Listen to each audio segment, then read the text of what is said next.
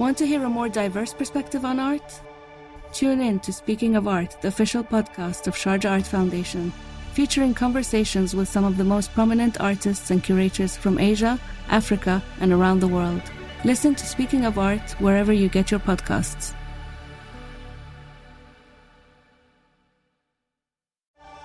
Want to hear a more diverse perspective on art?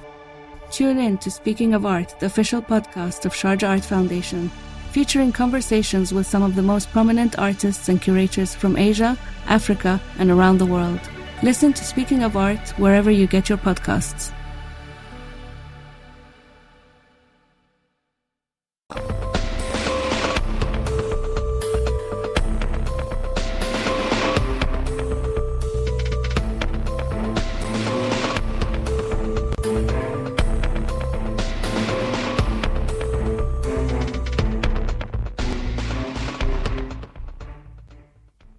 Good evening and welcome to tonight's edition of The Probe. 321 aspirants vied for a slot in 111 constituencies described by the NPP as orphaned because the party does not have representation in parliament, and in some cases where there was a relocation of the MP to another constituency. They went to the polls yesterday. Elections were largely smooth, conducted in most cases, and candidates, I must say, elected and others acclaimed to represent the party in the showdown in 2024 elections.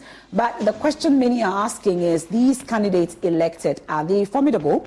Are they the party's best persons? We'll hear from some of them following their victory, and even those whose loss was absolutely unexpected. But once again, the issue about vote buying reared its ugly head. This time it was displayed openly, with delegates proudly receiving and counting their gains in the full glare of the camera and the public. Well, we know tonight that the OSP has initiated some form of action already by posting pictures of some of the persons involved, saying they are on their wanted list. We'll give you details of that. In fact, that's what we are probing tonight as we recap the polls held yesterday and today by the New Patriotic Party, the governing New Patriotic Party. We'll go through the winning list shortly. I know that in a number of regions, we've told you is 321 constituent candidates, aspirants, I must say, 111 constituencies. We know that in the northern region, for instance, 16 aspirants contested in 7 constituencies. In the Greater Accra region, 52 aspirants in 17 constituencies of the Greater Accra region. In the Central region, 37 contested for 11 constituencies. In the Volta region, 29 of them vied for 13 constituencies. In the Oti region, 18 candidates or aspirants vied for 7 constituencies. In the Bono region, 25 vied for 6 constituencies. In the Bono East region, 23 vied for 8 constituencies.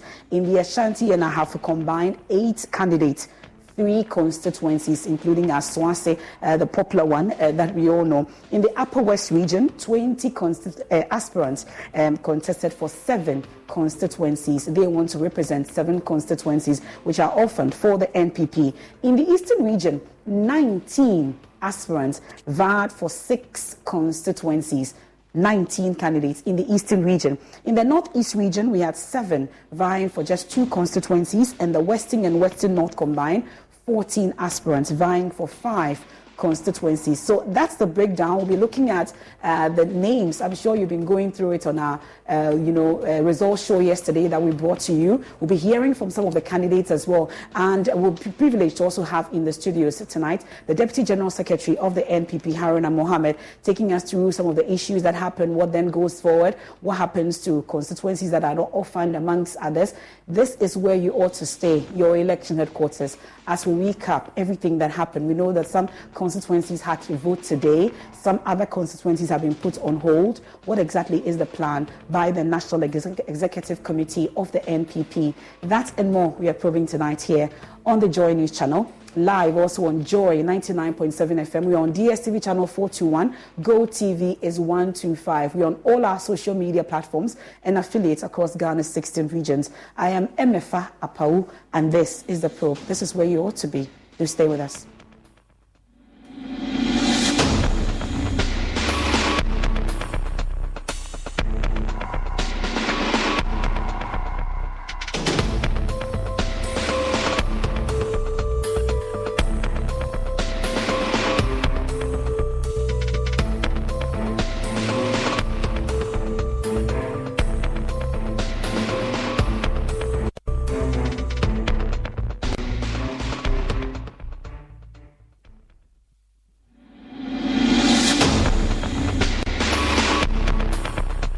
Ebenezer Nartey, Collins Amoah, Lawrence Anyete Ajay, Jefferson Kwamina Saki.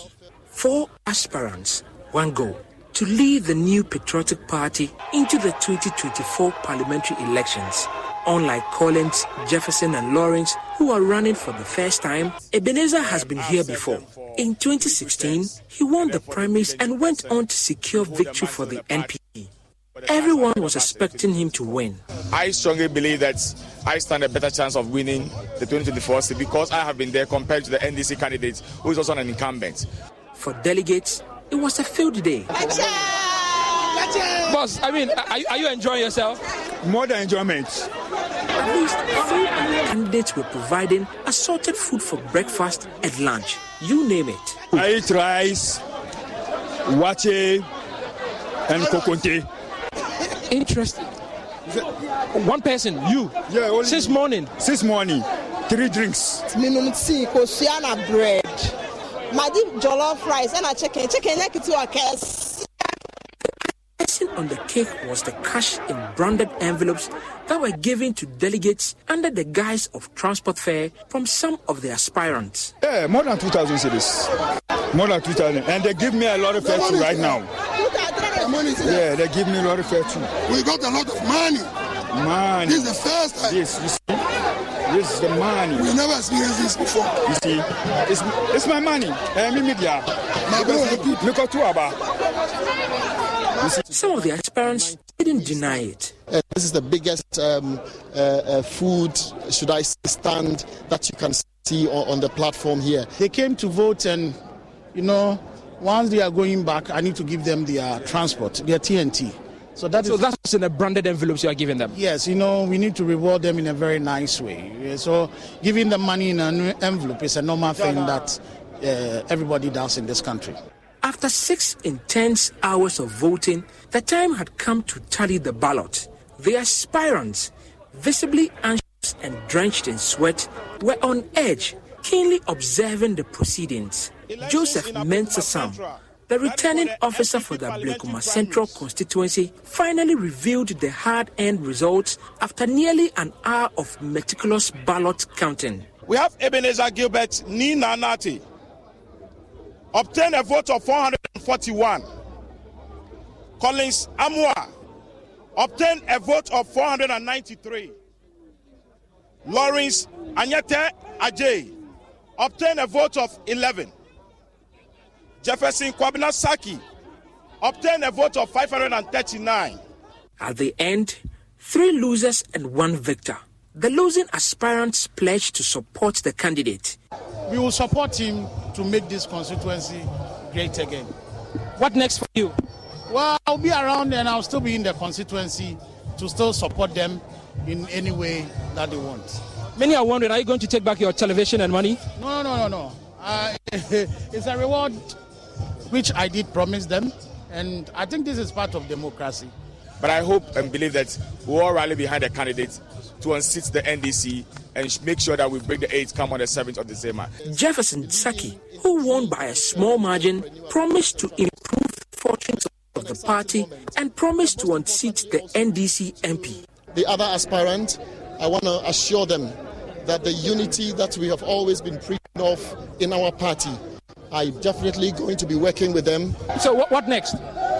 Well, we are going to sit down, think through it, meet the delegates again, now go beyond the party, go through the various things, especially in our constituency. But I can promise you that it's going to be a door-to-door affair on a daily basis, going to the constituents, preaching the good works of Nana Addo Dankwa Akufo-Addo and Alhaji Dr. Mahmoud Bawumia. Finally, what do you say to the NDC candidate Lateef Dan? Lateef Dan should be ready, because there's a new energy that is in Ablekuma Central constituency now. For Joy News, Michael Ashali. Skade men sanka be aduane no de amma mai. Skane de nyame no kuro bi amfa sika mai. Say no ede na mo twen ansa na akokoto aba. Twen se o mo diska me ba ansa na ya to aba no. Bi say de ma ye ni abla ye twen sika no. O mo de bia ye pen. Ana panifo se kwase du ye ntia so mpire no. Nti se skane ba de a obi akwa akoto na ba na ye firi. Skane ba ya No money, no vote. Nanso so no say other aspirant ni bi e de omusika aba ana obi amfa. Obi amfa ne de ma wan siri ko MPA. Obi a twen say me de 5 ne beba. Won so de 6 ne beba. Na say obi asika ma ya na ba mba mfa so be na wo so. Mpese me obi a ni sika ba ansa na mo kwakoto aba no. It will say no money, no vote. I say sika ne ba mo ba kwakoto aba. Me ka me kire wo. Ene 1 minute kwa me to so. Kwakoto afiri wo. Sika se na mo hwe ni mo so mo de be ma wo. Oh, do obi a betimi obi a ho de betimi o de beba no. Say even obi de wan siri kura pie si ana. E betimi ato ama no. Da say omo je say me hwe we dia. But oba no wie no obi ani ho. Etemba ya anya de se mo beto aba. Say So that's how it went down yesterday, and some candidates or some constituencies, about 2 of them also voted today, Sunday, December 3. And it's a wrap for the NPP's orphan constituencies, and 321 aspirants vied for a slot in 111 constituencies, orphan constituencies. And in the studios with me tonight is the Deputy General Secretary of the party, that's the NPP, Haruna Mohammed. Thank you so much for joining us here on The Probe. Thank you, MFA. Did you vote yesterday? No, I'm not entitled to vote. Okay. You are not in an orphan constituency. So which constituency do you vote? So I'll check the next time. For me, my constituency is a national. Okay. So for the national executives and the regional executives, we don't vote in parliamentary elections. Okay. Vote in presidential elections. Okay. Well, that's cool. So at least, but are there any names that came up that's surprising for you in terms of what you've seen so far out of these constituencies, 111 constituencies? Not at all, because all the men and women that had picked forms for contest for the parliamentary primaries of our party were men and women of wisdom and people that we believe that they are the people that will win the elections for us. Okay. So any of them, as they have been declared winners for the various constituencies, are the people that we are going to send into the elections. So for me, there were no surprises. I was very happy with the results and the peaceful nature of the conduct of the election. None of the constituencies stood out for you in terms of the candidates that you got. I'm sure you were interested in 1 or 2, contests, or you would say because you are the Deputy General Secretary, no contest at all. For us at the national level, what our interest was to get a candidate. A candidate that will be able to win the election. Okay. So any of them that emerges is our candidate. Yeah. It is very difficult as a national officer conducting elections for people who wants to lead the party in the various constituencies to belong to a side. Yeah. When you begin to do that, you begin to lose the nut. And that is why this current crop of executives, right from the flag bearership election, we have decided to stay away from declaring to support any other candidate. I would have friends, I would have families, and what have you. But the biggest interest of me is to make sure that I stay neutral. Well, in spite of that declaration from the national executives, so to speak, there are those that has been described as system candidates, and it appears that there were full support for certain candidates. These are issues that we'll be getting into. But overall, from where you sit, since you are monitoring, you have an overhead view of everything that's going on, or an aerial view, I should say. What's your preliminary report in terms of yesterday and today's election that was conducted? I think that the results clearly indicates that we are ready for power. We would be winning majority of the seats come 2024 elections. Okay. And the women and men that we have gotten so far demonstrate the fact that we are ready for the battle. Remember, these are constituencies that we don't have MPs. And the kind of people, if I am to serialize them one after the other and to look at their competence and how they resonate well with the people, I think that we are very clear in our minds.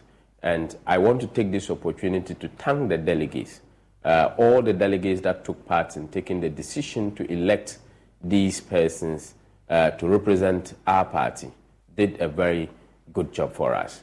And it's they elected the right candidates, you'd say? Sure. The right candidates were elected. But we as a party, there was no winner and there was no loser at the end of the polls, because this is internal contest. In internal contest, there's no loser. There's a selection. So once a selection was made, all the rest of the people who had also come out to contest for the same position will come and support the one that was selected. After every competition, there comes cooperation, and that is what we look out for. It is left with us as national officers, regional officers, constituency officers to make sure that we bring everybody on board. Because this is a special election that we are going in for. This is our second attempt in breaking the 8. Yeah. And this time around, it is going to make it. We are very sure of winning political power, but we need majority in the House of Parliament. Well, want to hear a more diverse perspective on art? Tune in to Speaking of Art, the official podcast of Sharjah Art Foundation, featuring conversations with some of the most prominent artists and curators from Asia, Africa, and around the world. Listen to Speaking of Art wherever you get your podcasts. With me, because I'm not too sure if all the constituencies have no issues, like you're saying, in terms of you've come out a more united front in terms of these orphan constituencies, amongst others. There are some key constituencies that we'll be heading into and take a look at it, because there were things that came out of it during the primaries, and after that, we are not too sure if the party is handling it the best way. You know how we'll get into it. But let me take you on the ground now. Stay with me, and we'll touch base with some of the candidates. I'll start off with Akuapem North. Well, you had an MP there. There was a relocation, and then yesterday we saw an acclamation of Samuel Oku, the Director General of the National Lotteries Authority. Thankfully, he joins us via Zoom. We are grateful for your time here on The Probe, Mr. Samuel Oku. Yes, we can hear you loud and clear now, Mr. Oku. So let's take us back into this decision. We were told it was going to happen. Some said it wasn't going to happen. And then finally, we heard about the acclamation yesterday. Really, what went into that decision to represent the people of Akuapem North? Well, let me say good evening to your cherished viewers and also to Haruna, our Deputy General Secretary. And let me also pay glowing tributes to the chiefs and people of the Akuapem North and the Ekropon constituency. They did some of us the honors. They've been very supportive over the last 10 to 11 years, when many of them had called on me to come contest. First, it was in 2012 that I said I wanted to run for the National Youth Organization of the NPP. The second time was in 2016. I told them that I think I still needed to concentrate on helping the NPP capture political power. Then in 2020 as well. So this time around, after serving at the Asylum Down headquarters of the party for over 11 years, as Deputy Communications Director, as National Youth Leader and Organizer, and exiting from the party leadership, they once again did call on me to consider coming back home. So if you see the hashtag Ofie was basically going back home. So it started, and we are here. Let me thank Miracles Dennis Abwagi as well. He was the immediate past MC there. I owe him a great deal of gratitude, and Nanaya planting of myth and all that. We are all the Akuapem boys there, and they've been extremely supportive in this venture. So yes, yesterday, as you said, and then MFI, just before you come in, the delegates, the polling station executives, the electoral area coordinators, and the constituency executive, they were resilient and unanimous in their decision that yes, the party opened nominations. They were prepared not to have anybody even come distract them by contesting, even though it was open for all. But they were clear in their minds that they were not going to even sign for anybody if you bring your forms for endorsement. So I thank them, and to whom much is given, much is expected. Close of nominations, I was the only one who filed. I subjected myself to the vetting process. And yesterday as well, they were 100% in their acclamation of my good self to represent them in Parliament. And I've promised them that I'm going to be a member of Parliament and a candidate for all. If I win 2024 general elections, I'm not going to discriminate on the basis of whoever is supported in the past. and even which political party that you belong to. Okay. Talking about an election. It appears that other candidates or aspirants were intimidated out of the contest such that nobody could come up because you were there, knowing that some have said you hounded the current MP out of Akuapem North. Life insurance. What's your excuse for putting it off? Can't afford it? Too much hassle? Think your work coverage is enough? There's a lot of excuses for putting off life insurance, but one big reason why you shouldn't. If the unexpected were to happen to you, who would pay the mortgage, the kids' tuition, and all the other bills? In a time of grief, the last thing you would want is for your family to have to sell the house and struggle to survive financially. At Ethos, we could get you covered in just 10 minutes and boom, family protected. Rates can increase the longer you wait, so no more excuses. Take 10 minutes today and discover the modern way to get the life insurance coverage you need. Ethos, fast and easy online term life insurance. Up to $2 million in coverage with no medical exam. Some policies as low as $1 a day. Answer a few health questions and get your free quote at ethoslife.com/audio. That's ethoslife.com/audio. For the ones who get it done, the most important part is the one you need now. And the best partner is the one who can deliver. That's why millions of maintenance and repair pros trust Grainger, because we have professional-grade supplies for every industry, even hard-to-find products. And we have same-day pickup and next-day delivery on most orders. But most importantly, we have an unwavering commitment to help keep you up and running. Call, click Grainger.com, or just stop by. Grainger, for the ones who get it done. Does managing your health care feel like a full-time job? Bounced from one doctor to the next? All the forms, the bills, the not-a bills, the... Press 4 to repeat these options. Does healthcare have to be this way? At Kaiser Permanente, all of us work together to make healthcare easier. And with integrated care and coverage, all you have to do is focus on your health. Learn more at kp.org. Kaiser Permanente, for all that is you. Kaiser Foundation Health Plan of the Mid-Atlantic States Incorporated, 2101 East Jefferson Street, Rockville, Maryland, 20852. The holidays mean more travel, more shopping, more connecting online, and more personal info potentially being exposed to identity thieves. But with a LifeLock U.S.-based restoration specialist, you don't have to face drained accounts, fraudulent loans, or other losses from identity theft all alone. If your identity is stolen, we'll work to fix it. Backed by the LifeLock $1 Million Protection Package. Spend more time on holiday fun, not identity worries. Save up to 25% your first year. Go to LifeLock.com/aware. It's the Holiday Friends and Family Sale at JCPenney, and you're invited. Everyone can take home something extra with their 30% off coupon. That's on top of already great savings across the store, like 50% off essentials to deck your halls and home, and up to 40% off Liz Claiborne, perfect for any get-together. Or use your coupon to save an extra 30% store-wide. JCPenney, make your holidays count. Offers valid on select styles. Store-wide coupon ends 12/3. Liz event ends 12/6. Home sale ends 12/17. Exclusions apply. See store or jcp.com for details. Wendy's Peppermint Frosty and Frosty Cream Cold Brew make the perfect gift for anyone in your life. Especially for you. Yeah, this year you're sitting on your own lap and getting yourself what you want. Finally. And now every day this season, unlock 20% off your total when you get any small, medium, or large Frosty in the Wendy's app.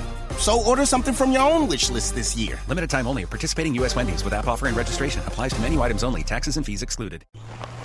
All right, so there we were, cruising through the new open-air zoo, when I realized that the park was closing in like 15 minutes. Luckily, we were in my Nissan Rogue. With its powerful VC turbo engine, well, we had time to see all the animals. Whoa! And outrun a few! Drive the Nissan Rogue.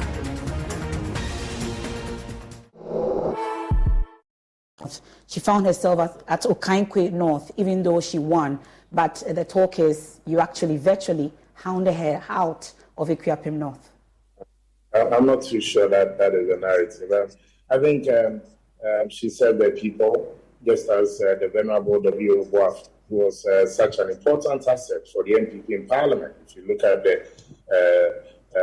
the Committee of Parliament, subsidiary legislation and all, W. Boaf unfortunately lost to the Honorable Nana Amadou Kwesi in 2016. And Doko also served the people well, to the best of her ability. And she never indicated to me that she wanted to contest again. But I was also clear in my mind that when nominations opened, I was going to contest.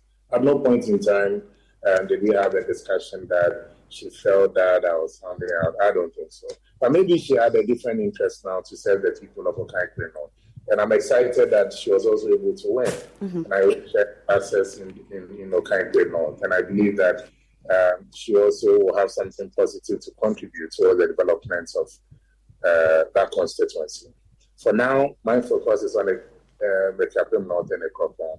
What happens in Okaigwe North is for them to discuss. Well, I know that it's up to the people of Okaigwe North to discuss, but let's clear that. Really, was there any backdoor talk between yourself and Dokuya? There's a talk that maybe you may have even supported her in Okaigwe North, amongst others. What really is the background talk? Is there any talk at all, or at the party level? What exactly is the background that we ought to know to this? I'll plead the fifth on this matter. I'll plead the fifth. The reason why I'm saying but is there any acrimony between you two, you'd say? No. I think when we meet, we do share pleasantries and we talk as a brother and a sister. But the moment you see a ballot box, then that means there's no consensus on a matter, and that is why you put a ballot box there. And even though if she had decided to contest in the Ekuapem North, I still would have contested. But that backroom talk and background, I've heard some. Mm-hmm. What I can say is that we had no direct talks on this matter. But I can confirm that there were people closer to her, people closer to me, that were talking to each other. But okay. I don't think that is something that I would like to go deeper into it. But it wasn't something that there was a pen to paper thing that there was an agreement that goes to Okaigwe North and McKenzie. But I can say that there were kind of indirect talks between us about her future and what she wanted to do, and also me myself being clear on what I wanted to do. At the end of the day, it was clear that the two of us could not contest on the same tickets in the same constituency. And I believe that she had also served her time well there. And then she also had indicated she wanted to also move to another constituency, which I thought that was also another good decision. And I believe that if at any point in time I also had another opportunity to also contribute my quota in any way, definitely I would do so. Okay. But I sense the mischief from the media side. Mischief on the media side, you say. But you can say for a fact that there's no acrimony between the two sides. At all, at least not from what I know. Okay. Well, but what's the plan for Ekuapem North? Because almost like no contest for Samia Oku. It doesn't look like anyone wants to contest Samia Oku in Ekuapem North. Well, what then is the plan to actually maintain the seat for the NPP? It's a huge task ahead, or is a walk in the park for you? I don't think so. To start with, almost 13,000 supporters of the NPP did not vote in 2020 due to one reason or the other. First of all, I need to help reconcile the constituency. We've had our fair share of chieftaincy issues out the mountains. And then again, due to some issues of the past, one reason or the other, over 13,000 of our supporters did not step out to vote. And the president also got higher vote than we did in the parliamentary. Aside that, for the first time, we also lost an entire township of the Mamfi people, which we've never lost since 1996. So I need to also help bring all these people together, reconcile the people there. The support base of our party must be re-energized. Okay. And my hope, my prayer is that I won't let them down. I will also serve them in truth, in diligence, in integrity, in transparency, and in honesty and respect. And I want to help them build a constituency that will be enduring, a constituency that will also, I'll help them lobby for projects as well. I want the Ekuapem North constituency not to be a constituency of choice, but the constituency of choice to harness vote for Dr. Mahmoud Bawumia in 2024 and the NPP. We hope to deliver one of the biggest votes for the NPP presidential candidate and that of the party in the parliamentary votes in 2024. Okay. So for this, I have to work times 10, like what I did when I was youth leader or national organizer. Okay. Mrs. Ameoku, we are grateful for your time, and we'll be looking out for Ikuapem North. This is your election headquarters, and of course, we have our lenses there as well. We're grateful for your time. We can only wish you all the best in your quest to maintain the seat for the NPP in Ikuapem North. Thank you so much for joining us here on The Probe. I would stay on Zoom and bring in Pius Enam Hajide. Tried it in the Volta region, was unsuccessful. He's now in the Sojaman, and he won that contest yesterday. Thankfully joins us via Zoom. Mr. Pius Hajide, congratulations. In order, I guess. Thank you. Thank you very much, MFR. Thank you.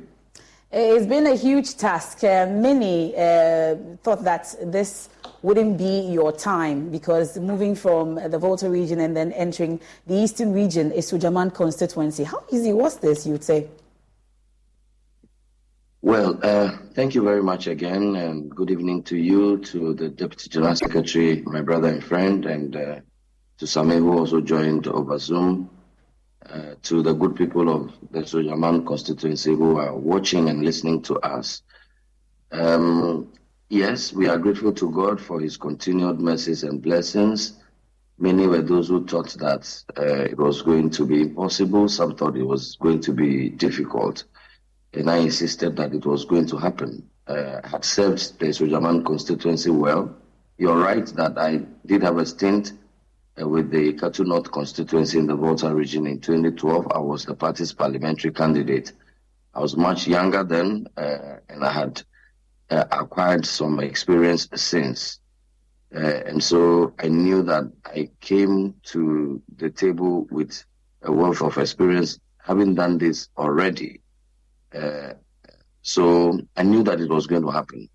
But allow me, MFR, to also use this opportunity to express my profound gratitude to the good people of Esujaman, particularly the delegates in the just ended elections, the constituency executives, Council of Elders, Council of Patrons, electoral area coordinators, and polling station executives for the victory. What looks like an emphatic endorsement of the Esujaman Rising agenda. It appears that our message of restoration, our message of rescue has been accepted by the people, and we look forward to working with them to reposition Esujaman to be able to increase on the quality of parliamentary representation that the people deserve. And I'm grateful. I'm grateful for the honor that has been done me. But one wonders why you would want to be in a hurry to leave the NYA. There are those who say that what really you've been put in charge, in the helm of affairs when it comes to the youth, amongst others. But you and your deputy, you all want to go to Parliament. Why? The NYA is not a happy place? Well, probably the NYA may be a happier place, but the idea is not about happy or sad. The idea is to continue to serve the people of our country. And you can't serve at the NYA since the party is, you are so sure you are breaking the 8 and you are staying in power. Yes, why don't you want to stay at the NYA and want to go to Parliament? Well, I mean, I believe that both my colleague, and I congratulate her, the Venerable Akosia Menu, who also won the Adenta constituency elections yesterday. I believe that we have both served well. We have helped in the development of the young people of our country. We have fashioned out programs and policies that have far-reaching implications. And I speak for myself now. I think that the time has come to refocus our attention towards the good people of Esujaman. We believe that our situation could be better. We believe that we are being quite underrepresented.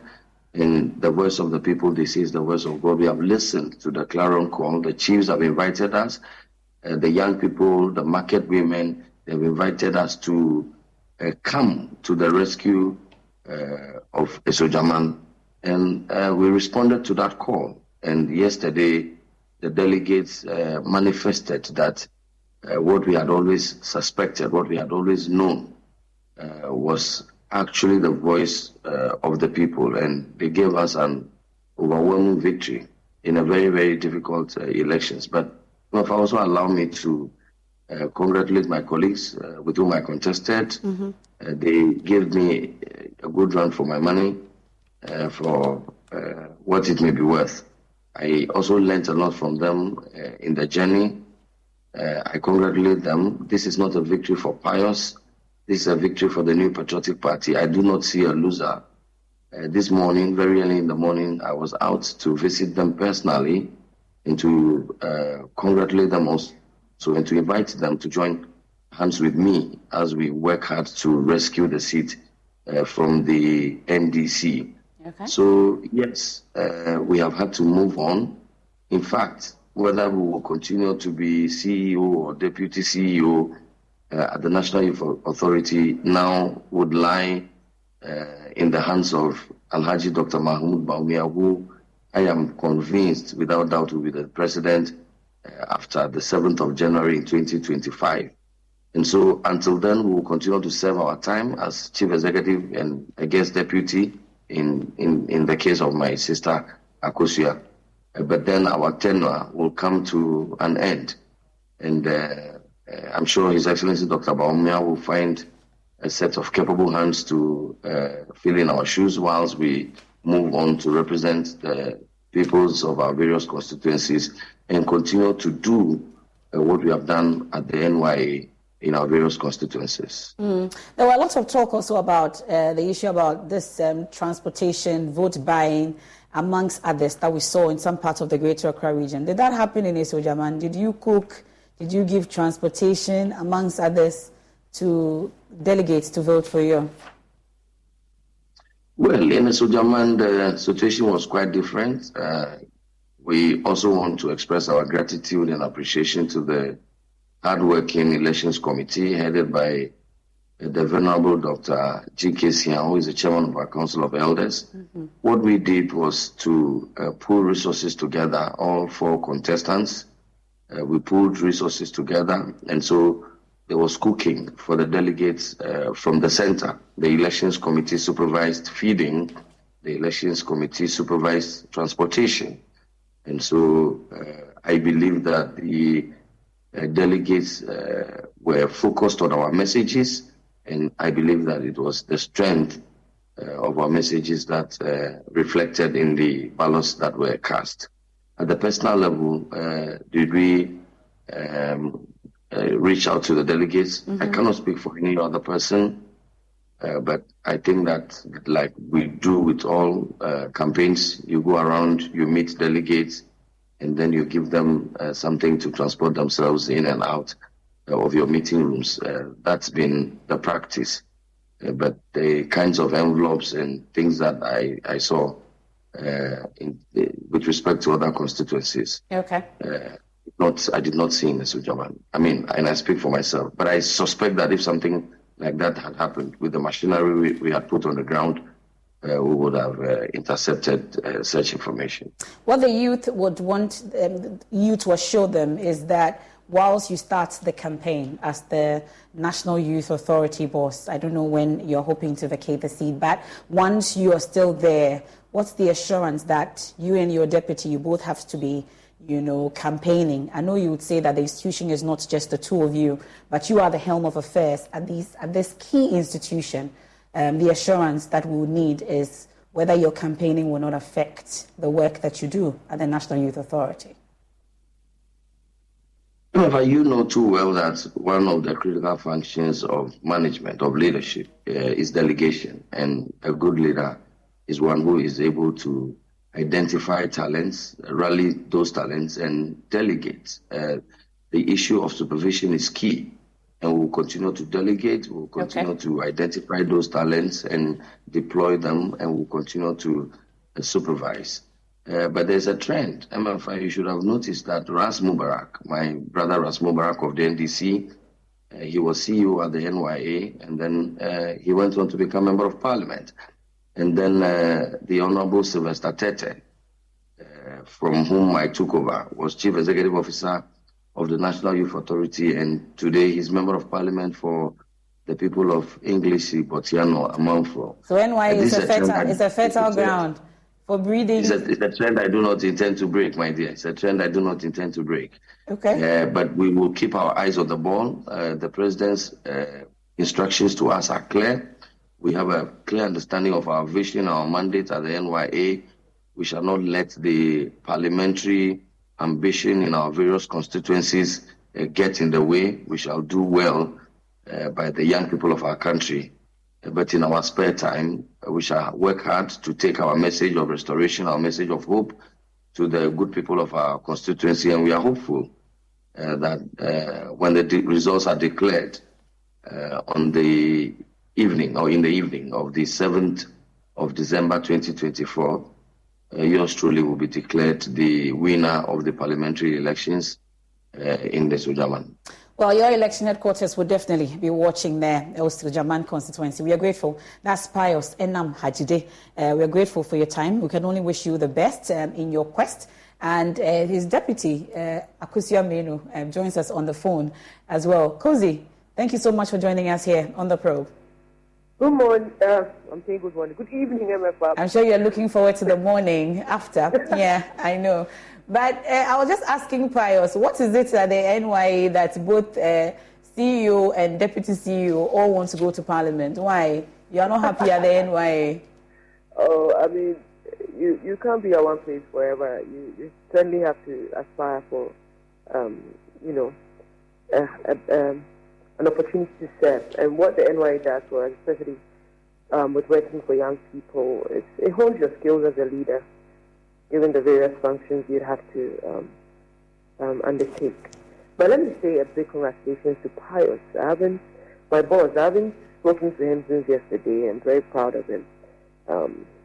Congratulations to him. And he mentions how proud he is of you as well. And he mentioned it earlier, I must say, if you didn't hear it. But really, let's talk about Adenta. It's a seat that many were watching closely. Some said you definitely would do it. Others said it was going to be a huge task for Akosua Menu. At the end of the day, we're watching. It started with some macho men invading the area, amongst others. What really did you hear about that particular incident? What exactly went down? It must have ended, but what really happened? What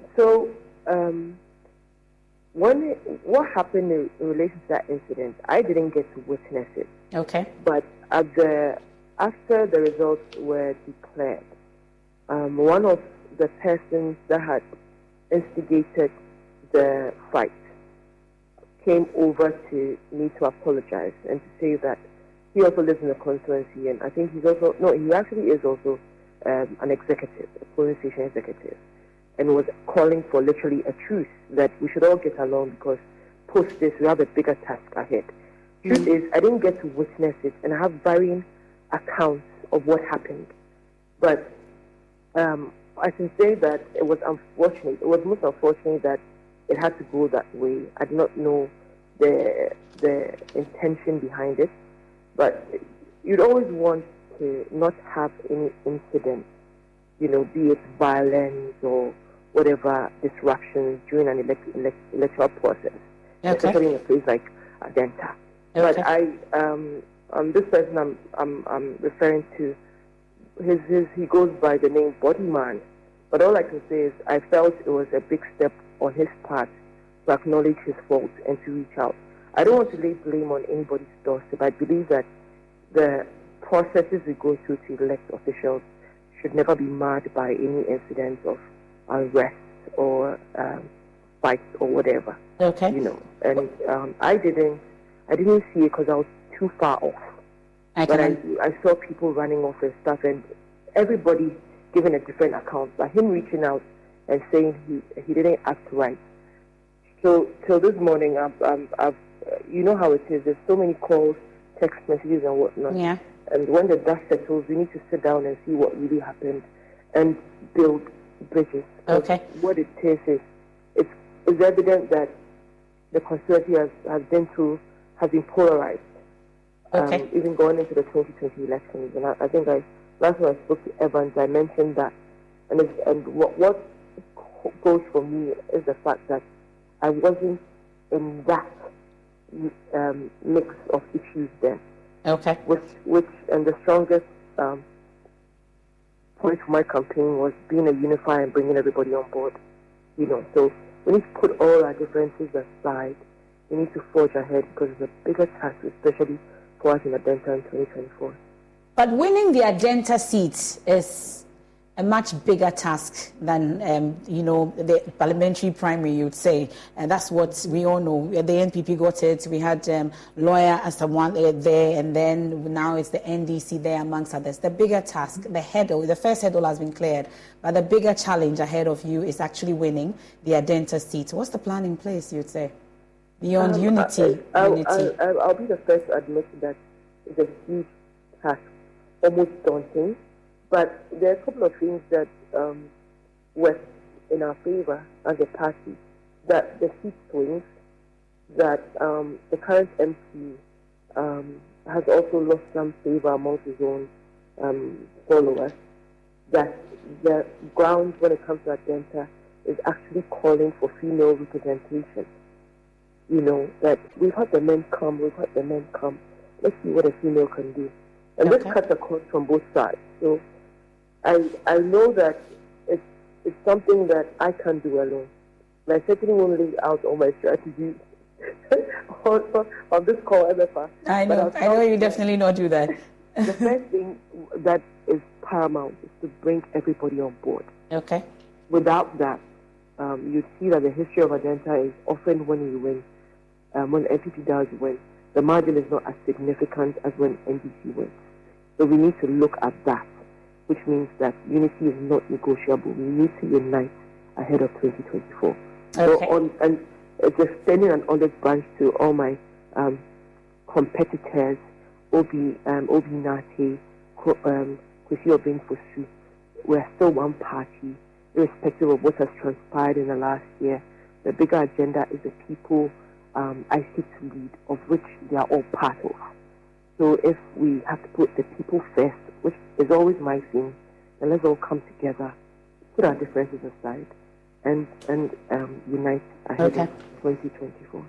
Kosi, we are grateful, and I'm hoping that we could get a longer time with you and definitely go into how difficult it is for females to be campaigning and all the challenges that comes with it. I'm particularly interested in female candidates and the hurdles they will have to clear when it comes to campaigning. Thank you so much, Kosi, and once again, congratulations.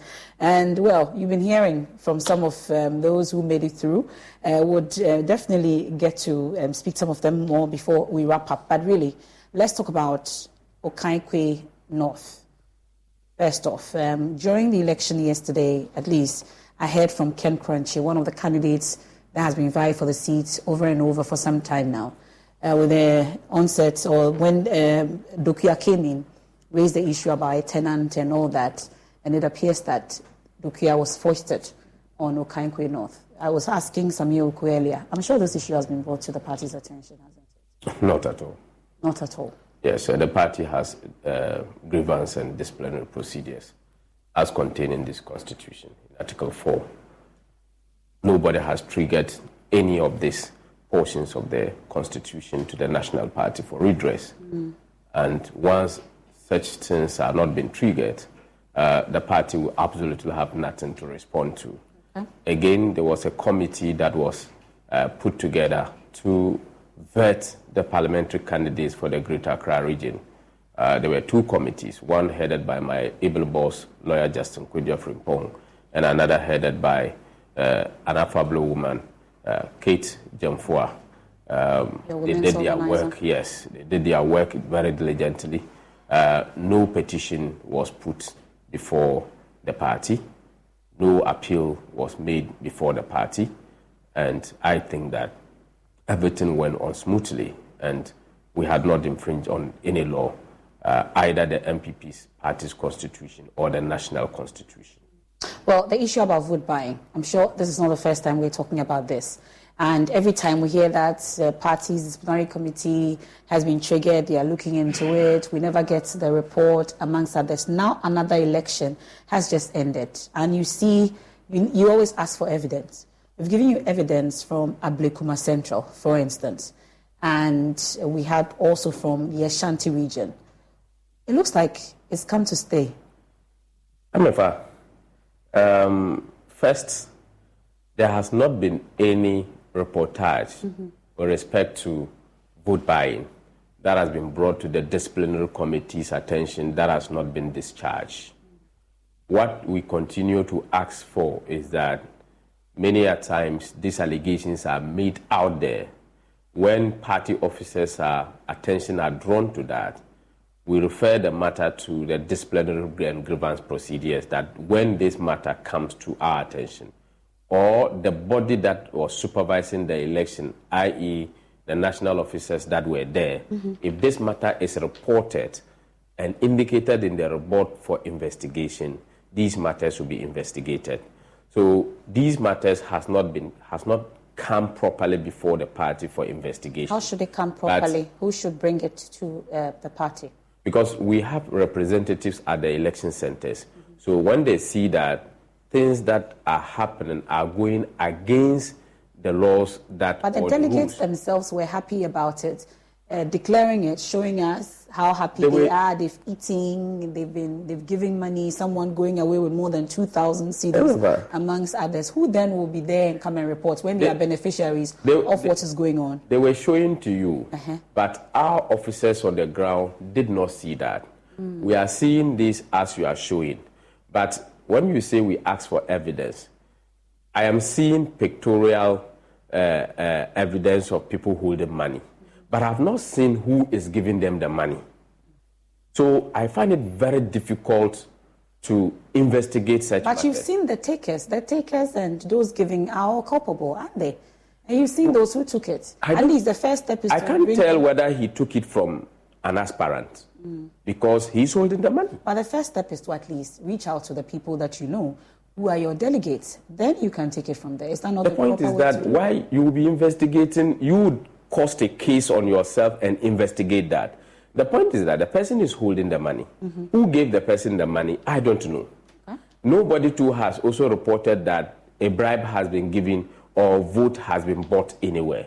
So invariably, the party cannot investigate a shadow because these people could be keeping the money from their own pocket, remove it and brandish it for people to see.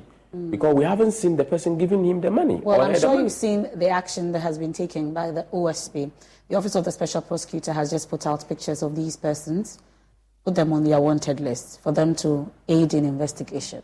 Well, if he wants to chase the wind, he can. But the laws are there. If he applies the appropriate laws and he's able to get the people, that will be fine. But if he would chase the wind too, he would have to do that. But you think it's unfair for their pictures to be put out the way it's been put out? Do you think that this is an exercise in futility for the OSP? For me, I'm not a lawyer. I find it difficult to get the appropriate provisions in the constitution or legal backings to that. If the people feel that it is unlawful, they have lawyers, and they feel it's unlawful, they have put it because they have not been put before a competent court of jurisdiction to be put out there. Even the police, if they arrest somebody, they most of the time put covers on their faces and all about. But I don't know. Because I don't have legal background to be able to ascertain that. But if they feel injured or damaged in a manner, they can sue. And for me, MPP as a tradition, we believe in rule of law. So if the laws work, it's very welcome. Well, thankfully, we have the former Deputy Attorney General, Joseph Diendio Okpemka. He won his seat also, Timpani District in the Upper East region. Thankfully, joins us on the phone. So maybe he can help us with this as well. Congratulations once again, Joseph Diendio Okpemka. Congratulations to me, is the right one. My dear sister Ebefa, I'm grateful for the congratulations. Thanks to the Minister of the Timpani constituency, and thanks for having me on air this evening. It's a privilege and an honor to talk to you. Well, the race to going back to Parliament is definitely... Life insurance. What's your excuse for putting it off? Can't afford it? Too much hassle? Think your work coverage is enough? There's a lot of excuses for putting off life insurance, but one big reason why you shouldn't. If the unexpected were to happen to you, who would pay the mortgage, the kids' tuition, and all the other bills? In a time of grief, The last thing you would want is for your family to have to sell the house and struggle to survive financially. At Ethos, we could get you covered in just 10 minutes and boom, family protected. Rates can increase the longer you wait, so no more excuses. Take 10 minutes today and discover the modern way to get the life insurance coverage you need. Ethos, fast and easy online term life insurance. Up to $2 million in coverage with no medical exam. Some policies as low as $1 a day. Answer a few health questions and get your free quote at ethoslife.com/audio. That's ethoslife.com/audio. Difficult situation to establish because sometimes witnesses may not even be ready and forthcoming with evidence that indeed the money that was offered to them was right. Reason, I'm sure they've been put on the wanted list to be able to help the OSP to do this. But Mr. Kpemka, there's an issue that we'll be exploring further. We'll leave it here. Thank you so much. And once again, we congratulate you on winning the Timpani seat. And we'll definitely engage further on this. But Mr. Mohammed is still with me in the studio. So the legal hurdle has been cleared for both of us, because I'm also not a lawyer. But the issue also about some of the constituencies that were put on hold. Yes. Some constituencies were put on hold, the issue about Fomena, amongst others. What exactly is the decision going forward? Then we can look at the non-orphan constituency party and the timeline that has been put to that, so we can wrap up. Yes, about 7 constituencies were put on hold. Mm-hmm. Yesterday, an additional one was also added, which is Evaluadra. Okay. Because of MUSEC had issued a letter on security grounds for the venue that was to be used for the conduct of the election. In Ashanti region, Fomena is one of the constituencies that we have kept on hold. Ilo Krobo, Boku Central. Because of the second deputy speaker, to protect the second deputy speaker? Yes, we have not opened nominations at that place. In the wisdom of the National Executive Committee, NEC had put that one on hold. Boku Central, Ketu North, Akati North, Jomoro, and Elembele.